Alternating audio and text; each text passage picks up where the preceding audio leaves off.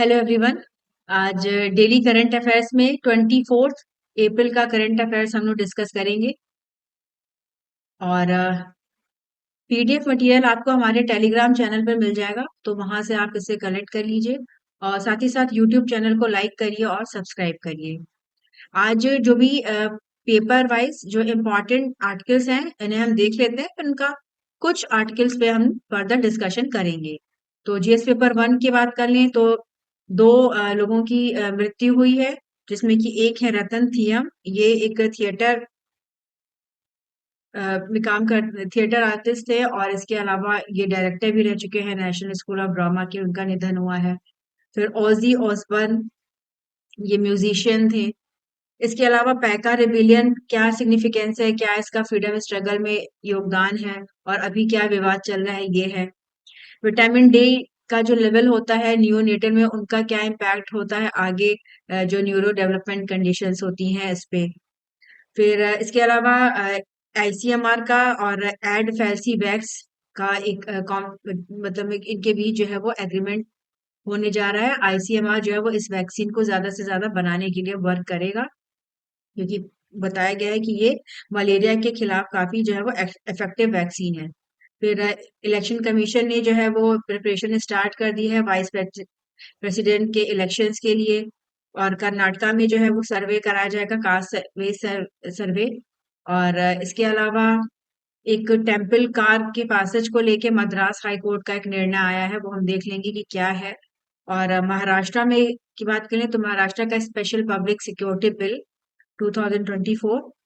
फिर स्वच्छ सर्वेक्षण क्या है, इससे रिलेटेड आर्टिकल है कि इस सिटीज का रैंकिंग क्या है और क्या इसका सिग्निफिकेंस है। फिर एआई की मदद से कैसे जो टैक्स कंप्लायंस है उसको बढ़ाया गया है। साथ ही साथ फेक एम्बेसी को पुलिस ने जो है वो पकड़ा है। एक आदमी था जो कि फेक बन के कि हम दूसरी कंट्री के जो है वो एम्बेसडर है रह रहा था। और वो हम देख लेंगे। फिर इसके अलावा किस प्रकार से मॉडर्न वॉरफेयर में जो है वो अब चेंजेस आए हैं, तो ये है। फिर नेट एफडीआई फ्लो में डिक्लाइन हुआ है।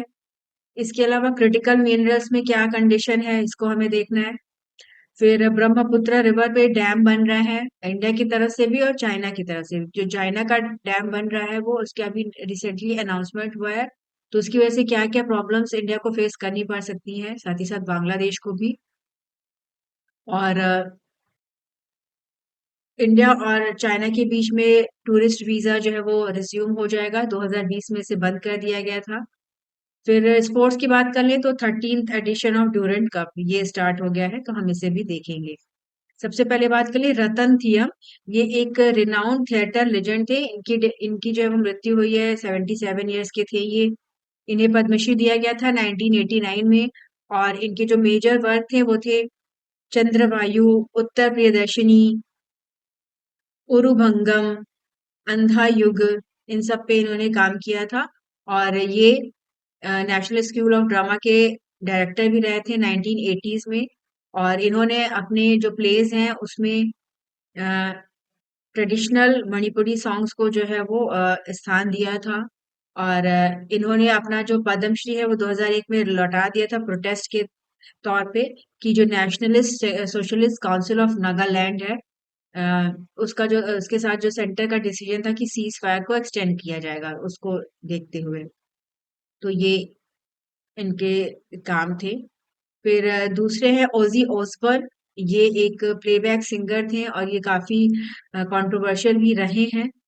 और इन्होंने ब्लैक सेबथ एक बैंड बनाया था, तो ये उसी के जो है वो लीड जो है वो सिंगर थे। और इन कई तरह के लोग परफॉर्मेंस देते थे, और इनका कंट्रोवर्सी भी रहती थी, क्योंकि ये बहुत ही इमेजिनरी इनका परफॉर्मेंस रहता था। और इन्होंने एक रियलिटी शो भी अपना बनाया था, द ऑसबॉर्न्स करके। तो इनकी भी मृत्यु हुई है। नेक्स्ट हम देख लेते हैं, पैका रिबिलियन से रिलेटेड आर्टिकल निकला है। जो चीफ मिनिस्टर हैं उड़ीसा के पहले चीफ मिनिस्टर थे ये नवीन पटनायक, फॉर्मर चीफ मिनिस्टर। तो इन्होंने जो अपनी कंसर्न रेज किया है पैका रिबिलियन को लेते हुए कि पैका रिबिलियन को क्लास नई जो 8th की बुक्स हैं, हिस्ट्री बुक्स हैं एनसीईआरटी की, उससे हटा दिया गया है। तो इसको लेके विरोध करना है और एनसीईआरटी ने क्लियर किया है कि जो सेकंड वॉल्यूम आएगा उसमें ये इसको इंक्लूड करेंगे। तो पैका रिबिलियन क्या है, इसके इसको हम देख लेते हैं। पैका रिबिलियन या पाइका विद्रोह भी इसे कहा जाता है और ये ईस्ट इंडिया कंपनी के अगेंस्ट हुआ था 19th सेंचुरी में। और जो पैका होते हैं ये फुट सोल्जर्स इन्हें कहा जाता था। और ये गजपति रूल था उड़ीसा में 16th सेंचुरी में, तो उस टाइम पे इनको रिक्रूट किया जाता था और जमीन के बदले ये मिलिट्री सर्विसेज प्रोवाइड करते थे। फिर उसके बाद कर्नल हार्डकोट आए 1803 में और इन्होंने मार्च किया मद्रास से पुरी में, तो उस टाइम इनका विरोध नहीं हुआ। फिर बाद में गजपति किंग थे उनके साथ और बाकी चीजों को लेके उनका विवाद हुआ। तो ब्रिटिशर्स के अगेंस्ट जो है ये अपराइजिंग इन्होंने स्टार्ट की थी। और 1814 में जो ब्रिटिश कंट्रोल था वो कोस्टल उड़ीसा में काफी बढ़ गया था। 1817 में कोंद ट्राइबल थे, इन्होंने जो है वो आर्म्स उठा लिए और फिर इन्होंने मार्च किया घुमुसार से लेके खुर्दा तक। और इन्हीं को जो है वो पायकाज ने बाद में ज्वाइन कर लिया था।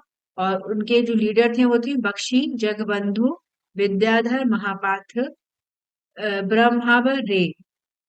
और ये जो है वो खुर्दा किंग के कमांडर इन चीफ थे पहले के। और फिर जो ब्रिटिशर्स थे उन्होंने अपने प्रोमिसेस को नहीं फुल किया, उनको लैंड वगैरह देना था। और तो उसी के अगेंस्ट फिर में जो है वो रेबेलियन ये स्टार्ट हुआ था। और ऐसा माना जाता है कि ये उड़िया लोगों में जो है ये जो रेबेलियन है वो सब नेशनलिज्म की भावना को बढ़ाने का काम करता है। और उड़िया गवर्नमेंट ने डिमांड की है कि इसे जो है वो फर्स्ट वॉर ऑफ इंडिपेंडेंस घोषित किया जाए। तो 2021 में गवर्नमेंट ने जो कल्चर मिनिस्टर है उन्होंने बोला था कि इसको हिस्ट्री की बुक्स में इंक्लूड किया जाएगा।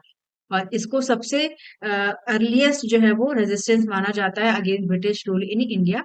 जो 1857 की क्रांति हुई थी उससे भी पहले ये रिबेलियन हुआ था। तो ये हमारे लिए काफी इम्पोर्टेंट है। ये कहाँ पे था, किसके अगेंस्ट हुआ, कैसे कैसे ये पूरा मूवमेंट चला, रूरल कौन थे वहां पे। तो इसे आप याद रखिएगा क्योंकि हिस्ट्री से रिलेट करके इसको पूछा जा सकता है इसमें क्वेश्चन। नेक्स्ट अगर हम देख लें तो एक आर्टिकल निकला है विटामिन डी के लेवल से रिलेटेड। एक स्टडी पब्लिश हुई है द लैंसेट साइकेट्री में। और इसमें डिफरेंट यूनिवर्सिटीज के रिसर्चर्स ने जो है वो एनालाइज किया है कि क्या इम्पैक्ट पड़ता है विटामिन डी के लेवल का। और 1981 से 2000 के बीच में 88,000 से भी ज्यादा इंडिविजुअल्स पे स्टडी किया गया। और उनमें चेक किया गया 25 हाइड्रोक्सी विटामिन डी और विटामिन डी बाइंडिंग प्रोटीन का। तो इन्होंने अपने स्टडीज में पाया कि जो बच्चे ऐसे बेबीज जिनमें विटामिन डी का लेवल ज्यादा होता है उनका कम चांस होता है कि फिर आगे की एज में उनको स्किज़ोफ्रेनिया, ऑटिज्म और एडीएचडी जैसी समस्याएं हों। और उन्होंने बताया कि हायर जो विटामिन डी का लेवल है वो उसकी वजह से स्किज़ोफ्रेनिया का रिस्क जो है वो 18% तक कम होता है। एडीएचडी का रिस्क जो है वो 11% तक कम होता है। साथ ही साथ ऑटिज्म का भी रिस्क जो है वो 7% तक कम होता है। और इसी तरह से जो विटामिन डी बाइंडिंग प्रोटीन का लेवल है इसको भी स्किज़ोफ्रेनिया के से रिलेट किया गया है। तो यानी कि विटामिन डी जो है वो काफी इंपॉर्टेंट रोल प्ले करता है ना सिर्फ हमारी फिजियोलॉजिकल कंडीशन के लिए बल्कि हमारी साइकोलॉजिकल कंडीशन के ऊपर भी इसका इम्पैक्ट पड़ता है। और विटामिन डी की अगर हम बात करें तो ये काफी इसकी डिफिशियंसी पाई जाती है लोगों में। और सन लाइट से हमें विटामिन डी मिलता है लेकिन उसके बाद भी इसका जो कंडीशन है वो थोड़ा सा कम रहता है विटामिन डी का जो लेवल है। और एम्स ऋषिकेश की अगर रिपोर्ट की मुताबिक 74% जो इन्फेंट्स हैं और 85% मदर्स में विटामिन डी की डिफिशियंसी पाई गई इन्होंने जब स्टडी किया। और विटामिन डी की जो डिफिशियंसी है एक ग्लोबल हेल्थ इशू है। और इसकी वजह से हर एज ग्रुप के लोग जो है वो इफेक्ट होते हैं। और पर्टिकुलरली जहाँ भी जो पॉपुलेशन होती है उनको कम सन एक्सपोजर होता है तो वहां पे ये और भी प्रेवलेंट हो जाता है। तो विटामिन डी एक फैट सॉल्युबल सेकोस्टेरॉइड्स हैं जो कि इंटेस्टाइनल ऑब्जॉर्प्शन को बढ़ाते हैं, कैल्शियम, आयरन, मैग्नीशियम, फॉस्फेट और जिंक का। तो ये काफी इंपॉर्टेंट होते हैं। फिर आईसीएमआर ने अनाउंस किया है एड फैसिवैक्स को कि ये एक प्रॉमिसिंग वैक्सीन है मलेरिया के लिए, और इस वैक्सीन का फर्दर डेवलपमेंट किया जाएगा और टेस्टिंग किया जाएगा, और इसको कमर्शियल यूज के लिए जो है वो मैन्युफैक्चरिंग इसकी स्टार्ट की जाएगी। एडफेसिवैक्स मलेरिया वैक्सीन है, और ये प्लाज्मोडियम फैल्सीपेरम जो कि कॉमन सोर्स है मलेरिया का ह्यूमंस में, उसको जो है ये खत्म करने का काम करती है। और लेकिन ये पाया गया है कि ये अभी प्लाज्मोडियम वाइवेक्स के अगेंस्ट जो है वो उतनी इफेक्टिव नहीं है, तो इस पे रिसर्च होनी है। मलेरिया की बात करें तो मलेरिया जो है वो मॉस्किटो के काटने से फैलता है, और इसमें बहुत तेज बुखार आता है, ठंड लगती है, स्वेटिंग होती है। और मलेरिया भी जो है वो वर्ल्ड, अगर डब्ल्यूएचओ की माने तो काफी एक सीरियस प्रॉब्लम है, और इस पे काफी वर्क हुआ है मलेरिया के इरेडिकेशन के लिए। और लेकिन अभी भी अफ्रीका की अगर हम बात करें, ये जो मलेरिया है ये अफ्रीका से ही फैला है बाकी जगहों पे। अभी भी वहां पे बहुत ही संख्या में लोगों की इसकी वजह से मृत्यु होती है।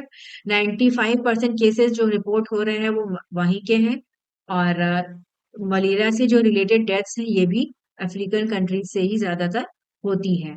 और साइंटिस्ट ने जो है वो मलेरिया वैक्सीन पे काफी लंबे समय से काम कर रहे हैं, और दो वैक्सीन अभी अप्रूव हुई है जिनके नाम है RTS एंड R21 वैक्सीन।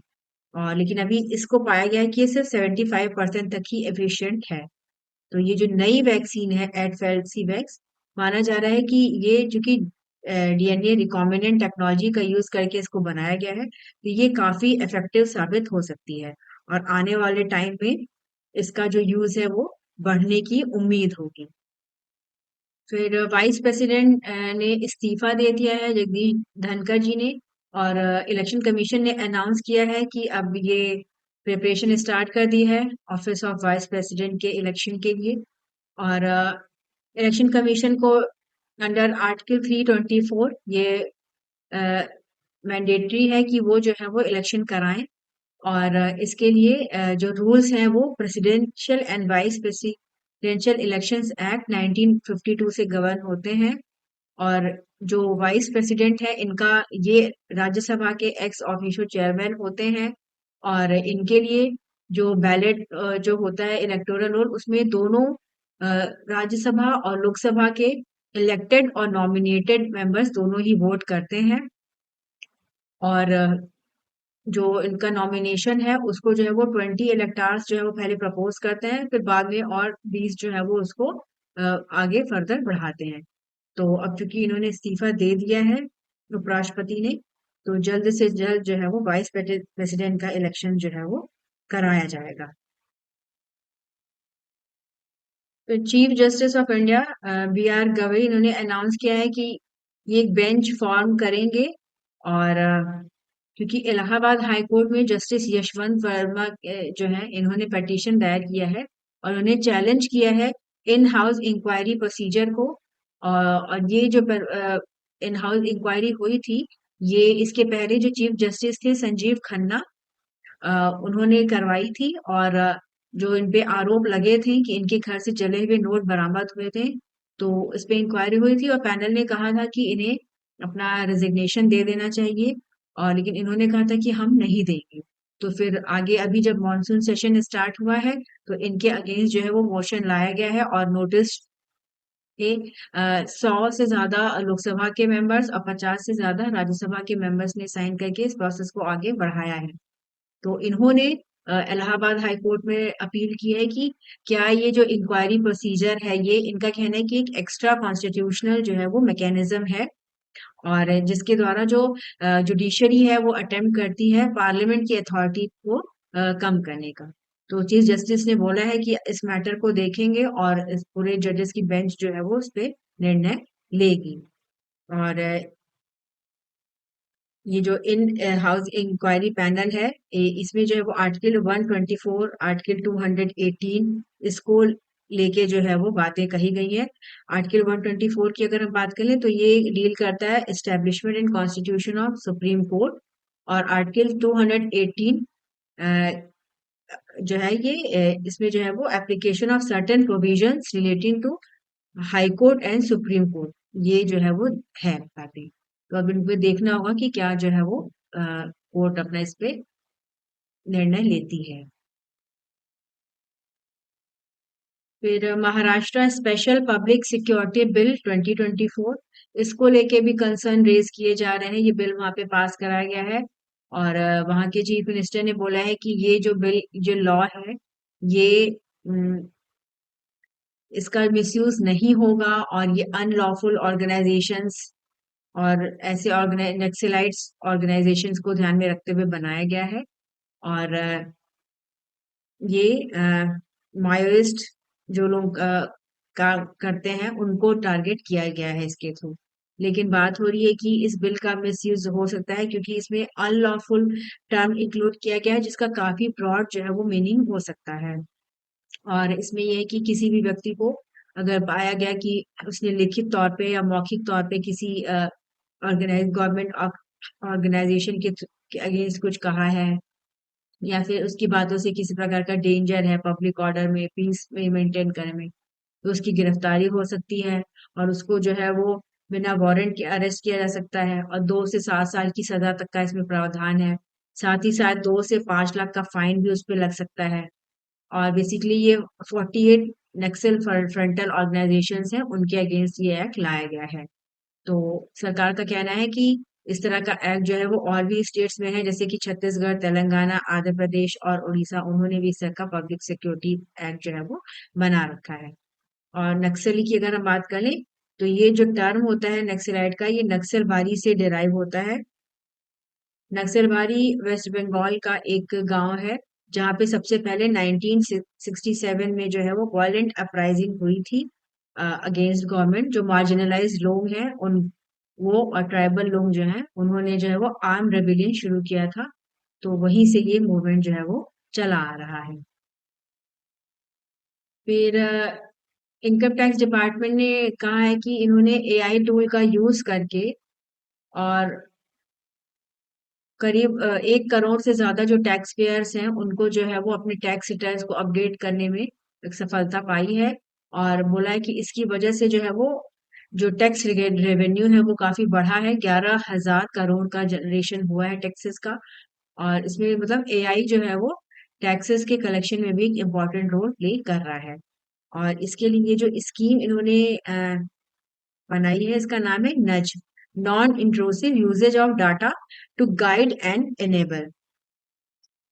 और इनकम टैक्स डिपार्टमेंट की बात कर लें तो ये गवर्नमेंट एजेंसी है जो कि इनकम टैक्सेस का कलेक्शन करती है गवर्नमेंट का।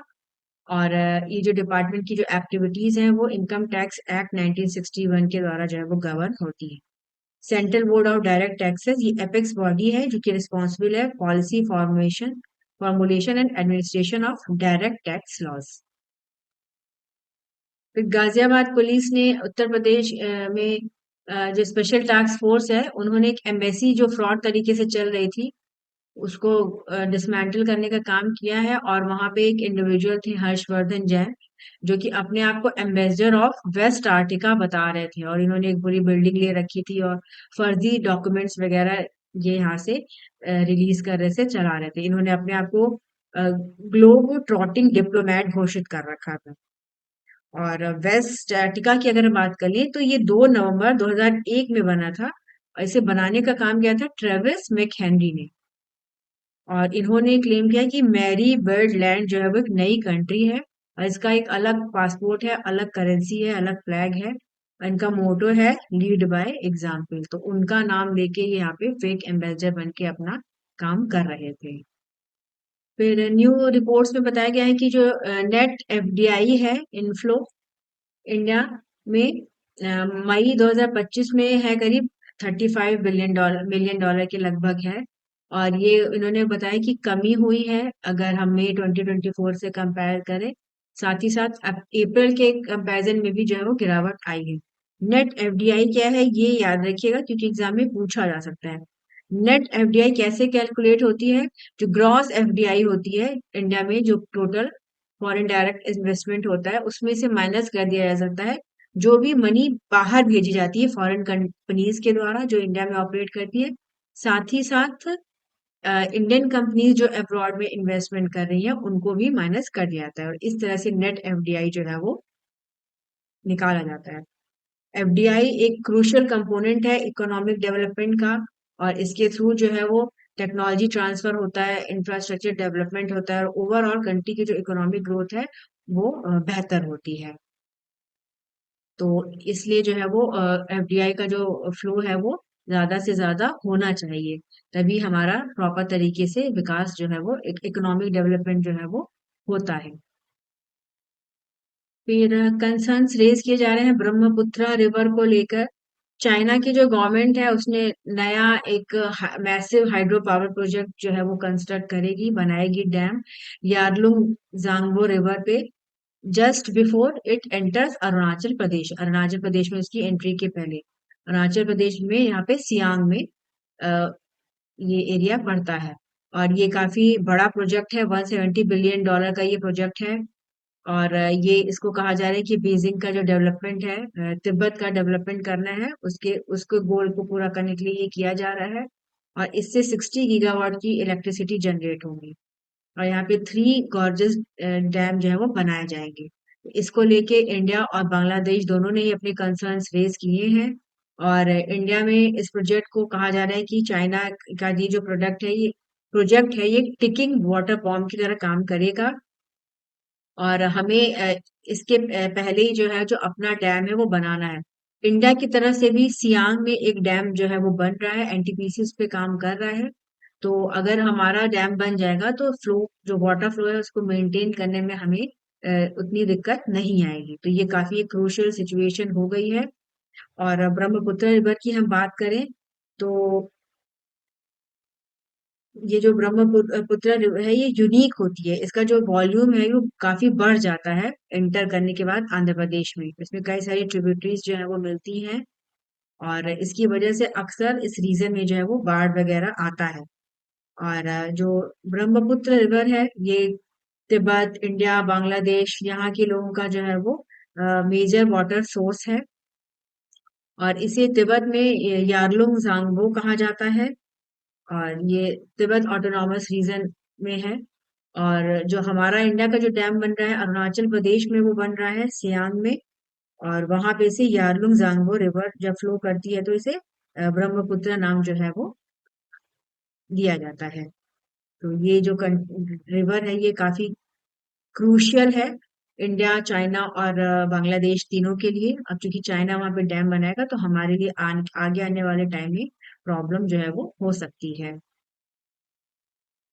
फिर एक ये न्यू स्टडी पब्लिश हुई है नेचर में और इसमें रिपोर्ट किया गया है कि कैसे जो है वो प्लैनेट का फॉर्मेशन होता है दूसरे स्टार सिस्टम में। रिसर्चर्स ने स्टार हॉप्स 315 इन ओरियन, ये एक दूसरा स्टार सिस्टम है, वहां पे स्टडी किया है और किस तरह से जो है वो प्लैनेट बने इसको देखा गया है। इसमें जो है वो रॉक रॉक वेपर कैसे ठंडे होते हैं, कैसे क्रिस्टलाइज होते हैं, किस तरह से जो है वो फिर नया प्लेनेट बनता है, इस पे इसमें रिसर्च की गई है। और ये जो ऑब्जर्वेशंस हैं ये नासा के जेम्स वेब स्पेस टेलीस्कोप का यूज करके किए गए हैं। साथ ही साथ इसमें अटाकामा का लार्ज मिलीमीटर एरे ऑब्जर्वेटरी, ये जो चिली में है, इन दोनों का जो है उसमें यूज किया गया है। और दोनों ही जो टेलीस्कोप है इन्होंने इसको पाया है कि कैसे जो है वो carbon monoxide, silicon, sulphur monoxide, ये इनके वहां पे इन्होंने इनको साइंस भी मिले हैं। फिर इन्होंने इसको एनालाइज किया और बताया कि कैसे जो है वो पूरा जो आपके मटेरियल है वहां पे कंडेंस होते हैं और उसके बाद जो है वो अ, नया प्लैनेट बनता है। तो ये नाम हमारे लिए इम्पोर्टेंट रहेगा, स्टार हॉप्स 315। फिर लास्ट में स्पोर्ट्स न्यूज अगर हम देख लें तो 134th एडिशन ऑफ डोरंट कप, ये ओल्डेस्ट एक्सटेंड फुटबॉल टूर्नामेंट है आउटसाइड ब्रिटिश आइसलीज और ये कोलकाता में शुरू हुआ है बुधवार को। और ये जो डूरंड कप है सबसे पुराना है। इंडिया की बात करें तो ये 1888 में शुरू हुआ था और उसके बाद से काफी सारे चेंजेस हुए और भी नए नए फुटबॉल क्लब वगैरह जुड़े हैं और टूर्नामेंट जो है वो इंडिया में होना स्टार्ट हो गए। और